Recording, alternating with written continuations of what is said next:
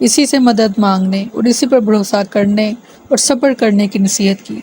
ساتھ ہی یہ بشارت بھی دی کہ بالآخر غلبہ تمہیں ہی حاصل ہوگا اور زمین کے سردار آل فرعون نہیں بلکہ تم ہوگے، اس لیے کہ زمین کا مالک اللہ ہے، وہ جسے چاہتا ہے اس کا وارث بناتا ہے۔ بنی اسرائیل نے موسیٰ علیہ السلام سے کہا کہ اس سرزمین پر ہم تو پریشان ہی رہے، آپ کی ولادت سے پہلے ہمارے بچوں کو اس لیے قتل کیا گیا کہ کہیں موسیٰ نہ پیدا ہو جائے، اور اب جب آپ نبی مرسل بن کر آئے ہیں تب بھی ہمارے بچوں کو قتل کیا جا رہا ہے تاکہ ہمارا وجود ہی ختم ہو جائے۔ تو موسیٰ علیہ السلام نے پہلے جس بشارت کی طرف اشارہ کیا تھا اس کی صراحت کر دی کہ اللہ تعالیٰ عنقریب قریب ہی تمہارے دشمنوں کو ہلاک کرے گا اور تمہیں زمین کی سیادت عطا کرے گا۔ فرمایا اور بلا شبہ یقیناً ہم نے فرعون کی آل کو قحط سالیوں اور پیداوار کی کمی کے ساتھ پکڑا تاکہ وہ نصیحت پکڑے، تو جب ان پر خوشحالی آتی تو کہتے یہ تو ہمارے ہی لیے ہیں، اور اگر انہیں کوئی تکلیف پہنچتی تو موسیٰ علیہ السلام اور ان کے ساتھ والوں کو ساتھ نحوست پکڑتے۔ استغفار۔ سن لو،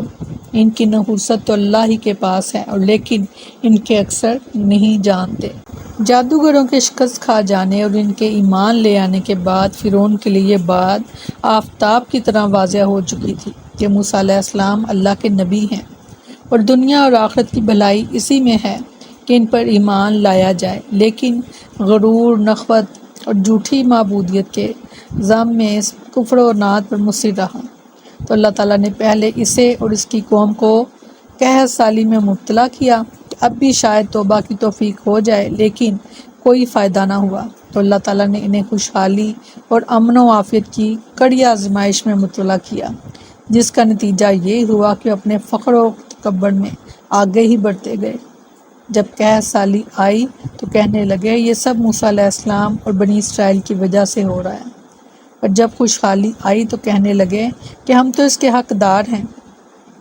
اسی لیے اللہ تعالیٰ نے ان کی تردید کرتے ہوئے فرمایا کہ تمام امور کا مدبر اور ہر چیز کا خالق صرف اللہ ہے، اور خوشحالی اور قحط سالی اسی کے اختیار میں ہے۔ موسیٰ علیہ السلام اور بنی اسرائیل کے وجود سے بدشگونی لینا تمہارے کفر و عناد کا نتیجہ ہے۔ طائر کے معنی ہے اڑنے والا یعنی پرندہ، چونکہ پرندے کے دائیں یا بائیں اڑنے سے وہ لوگ نیک فعل یا بد فعل لیا کرتے تھے، اس لیے یہ لفظ مطلق افعال کے لیے بھی استعمال ہونے لگ گیا،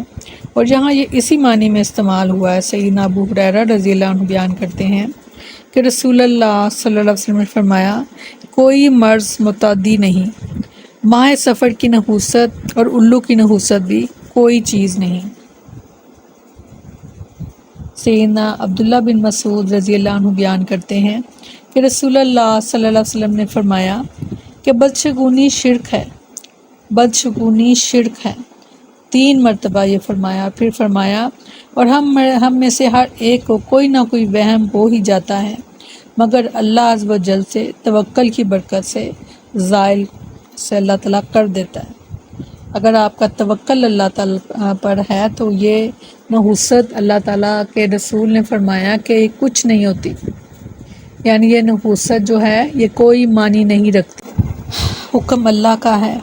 ہر ایک کے لیے،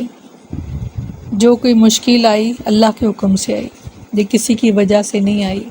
کیونکہ ہمارے معاشرے میں یہ نحوست وغیرہ کو اس طرح لیا جاتا ہے کہ اگر کوئی دن مشکل گزرا تو فٹ سے یہ کہہ دیا جاتا ہے کہ آج پتہ نہیں کس کی صورت دیکھی تھی، صبح ہوتے ہی بلی راستہ کاٹ گئی ہے کالی تو واپس ہو جاؤ، آگے نہ چلو۔ یہ اس طرح کی باتیں مسلمانوں کو زیب نہیں دیتی، کیونکہ ہمارے نبی فرما رہے ہیں کہ نحوست اور بدشگونی جو ہے وہ کیا ہے؟ شرک، یہ شرک ہے، کیونکہ اللہ تعالیٰ نے فرمایا ہے کہ ہر کسی کی تقدیر جو ہے وہ اس کے گلے میں لٹک رہی ہے، ہر کسی کی تقدیر اس کے گلے میں لٹک رہی ہے، اس کی عمر کتنی ہوگی، اس کا رزق کتنا ہوگا، اسے موت کہاں آئے گی اور کہاں اس کو دفنایا جائے گا، وہ نیک ہوگا یا بد، یہ لکھ دیا گیا، یہ ہماری تقدیروں میں لکھ دیا گیا۔ جبکہ حضرت آدم علیہ السلام کو ابھی تخلیق نہیں فرمایا تھا، تو ان سے 50,000 سال پہلے تمام انسانوں کے، ہر کسی کے لیے جو اس کے حالات ہونے والے تھے وہ لکھ دیے گئے۔ اسی لیے اپنی بھی کسی بھی مشکل کا ذمہ دار کسی دوسرے کو ٹھہرانا یعنی بدشگونی لینا شرک ہے، اور اس شرک سے بچنے کی پوری کوشش کیا کریں۔ جو ہمارے نصیب میں تھا، جو ہمیں ملنا تھا، وہ مل کر رہنا تھا اور وہ مل کر ہی رہے گا۔ نہ تو ہمیں کوئی وقت سے پہلے موت دے سکتا ہے، نہ کوئی ہمارے حصے کا رزق جو ہے وہ چھین سکتا ہے، اور نہ ہی ہمارے نصیب میں جو اولاد ہے وہ کوئی ہم سے لے سکتا ہے۔ تو جب نہ تو ہمارا کوئی رزق چھین سکتا ہے، نہ ہماری کوئی زندگی چھین سکتا ہے، تو پھر اللہ تعالیٰ نے فرمایا کہ وَاتَّقُونِ يَا أُولِي الْأَلْبَابِ، اے عقل والو صرف مجھی سے ڈرو، اللہ کا خوف رکھا کریں۔ ہر کام کرنے سے پہلے یہ ضرور سوچا کریں کہ اس کام سے میرا اللہ مجھ سے راضی ہو جائے گا یا ناراض۔ سبحانک اللہم و بحمدک نشہد ان لا الہ الا انت نستغفرک و نتوب الیک۔ سبحان ربک رب العزت عما یصفون وسلام علی المرسلین والحمد للہ رب العالمین۔ السلام علیکم ورحمۃ اللہ وبرکاتہ۔